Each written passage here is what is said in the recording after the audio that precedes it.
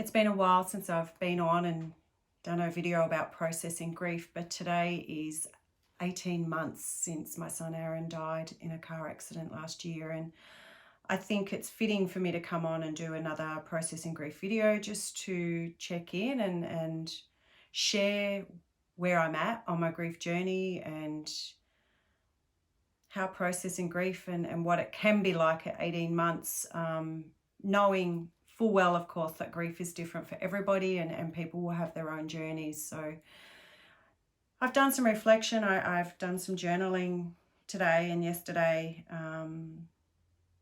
Yeah, because it's a bit triggering for me at the moment, just knowing it's been 18 months without him. So I think in many ways I'm so much stronger than I was. It still doesn't even feel real a lot of the time. Even though I know it's real, I don't feel that it's real. I feel like Aaron could just walk in the room at any time, or or that he's just down the hallway in his bedroom. It still feels quite surreal. It's been incredibly challenging having those layers of COVID and restrictions, because even today, 18 months later, I've not been in a position that I've been able to host a memorial that's unrestricted. I've had a number of attempts at doing memorials and they've been well attended, which has been wonderful. And, that helps us all. It's so important to connect with our grief, because what happens is if we don't connect with it, is it doesn't go away. It's there and it will surface in years to come, potentially for some people. So I found with COVID, there's been long periods where I've been flat, and I'm getting to the stage now, it's like, is this grief? Is this COVID? Like, I don't know, for months on end. And that's part of the journey, is you can't be high all the time. So I honor that flatness when it comes up, and I sit in that. And then when it's time for me to move again, then I do the work. I do therapy or coaching or my self-directed healing work. And so I'm always at it and trying to, improve myself and how I'm at and where I am in the grief. So I think it's still hard to accept. That acceptance piece 18 months on is still very challenging for me. The thought of never seeing him again clearly still triggers me. I find at 18 months, I don't think about him all the time now. I don't think about the loss all the time. It's not something that's present every minute of the day. It comes up, and it comes up from time to time, and it's there. Like, it's unusual because it's not there every minute of the day, but it's present all the time. So it doesn't take me long to access it very quickly. Had a lot of time to reflect and ponder and really just sit with myself, and that's been really powerful for me. It's been really nice to just have that space to grieve and honor him and do what I need to do for myself. So I think one of the things that I found challenging right before the last lockdown was I went out, and when you're in social situations, inevitably when you're meeting new people, that question of, do you have children, comes up, right? It's such an innocuous question. It's something we don't even think about. It's something we do in society. And yet, once you've lost a child, and not just lost a child, but miscarriages, stillborns, sudden infant death, abortions, there's so many, infertility, there's so many people grieving, and it's just, I never realized how triggering and harmful that question can be. And so I've been doing a lot of work professionally around how can I answer that question in a way that honors my son without sort of just flatlining the conversation, and being respectful of other people, because people don't know how to respond, right? It's an absolute conversation killer. But at the same time, I want to honor him. So I want to tell people that I've had a son. So it's actually really complex, and it's something that I have to live with forever. So that's something I'm doing some work around, is coming up with a way that I can be empowered and, inspiring and, show how Aaron's life has changed me and honoured him, and at the same time building his legacy and helping others. So I'm sort of working with something around that at the moment. I've learned so much about grief. Like, oh my God, I had no idea how many people in our society around me were grieving, are experiencing grief and loss. It's absolutely tragic. I think as a society, we've failed in so many ways. I think I've said this before in other videos, but it takes so long to process grief. It's not just a 3-month job or a 6-month job. You know, when you lose someone you love, you will grieve. And it's a like, I will forever grieve my son Aaron because he's forever gone. The physical aspects of grief, oh my God, thank God for self-directed healing is all I can say. You know, for anyone, that physical emotion, I've experienced how that manifests, that emotional pain manifests physically in your body, and done a lot of work around that.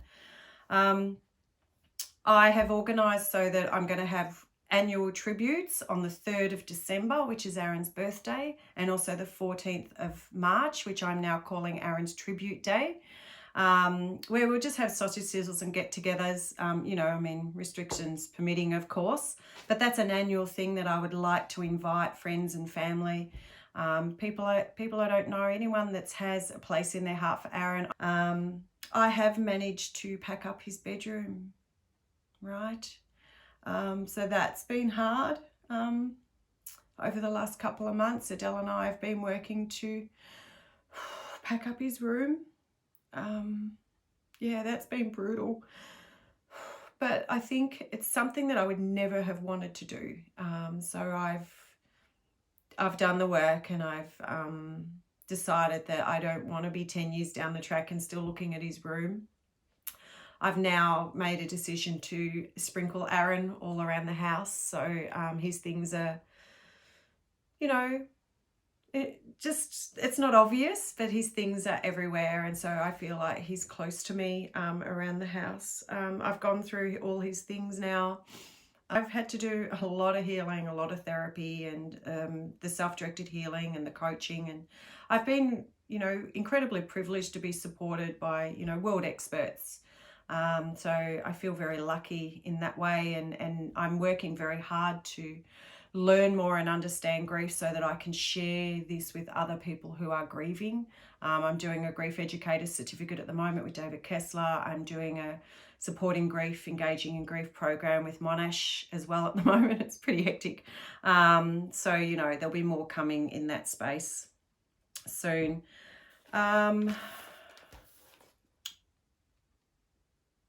I think, you know, through my work and realizing how many people are experiencing grief, it's just a magnificent way that I can honor Aaron and build his legacy. You know, yes, he was only here 18 years and 101 days, but his life will now affect thousands of people through my work, and it will never bring him back. Nothing will bring him back, but it does give me some comfort that I can share this work and help many other people. So please, if you know people who are grieving, or if you're grieving, please do reach out, because I can point you towards resources, and I do free calls and stuff like that. So please reach out. I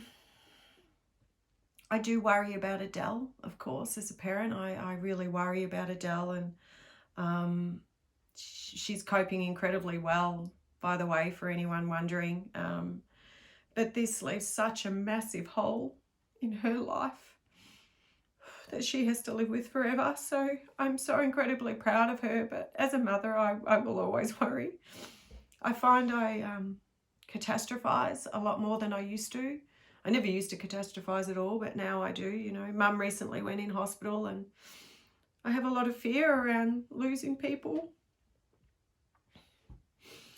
So at the end of the day, it's been a really long and hard and arduous road that in 18 months, but I still feel like I'm at the beginning of my grief journey. I'm only just now starting to work on acceptance. And it's changed me. It's changed me in so many ways. I'm not the same person I was, but I'm still Christy. So I don't know what I'll be like in a few years to come, but you know, I'm a lot deeper than I was before, and there's a sorrow that wasn't there before, and but there's also a love for life, and creating meaning in my life is so incredibly important. So I'm working hard to push myself to live my best life, and I think unless you've experienced deep grief, it's hard to appreciate how hard that is and how difficult that actually is, which is why it's so important to reach out and get support if you're grieving. I choose to be positive. I choose to be optimistic. I've done some work with Zero Road Toll. I've spoken to Kids Safe Victoria. I'm working with the Centre for Optimism around grief and optimism. You know, how can you be optimistic in your grief? All right. But it is possible, and there are ways, and I've done a fabulous article on that I'll be sharing soon. I think in many ways that I like to think that Aaron would be really proud of how I'm coping and how Adele's coping and the family. It will never bring him back, but it is the best that we can do, and it's all we've got. So anyway, I just thought it would be useful to share that with you all. And yeah, love to everybody, and you know, give those you love a hug if you can, and if you can't, please send them a message. Thank you.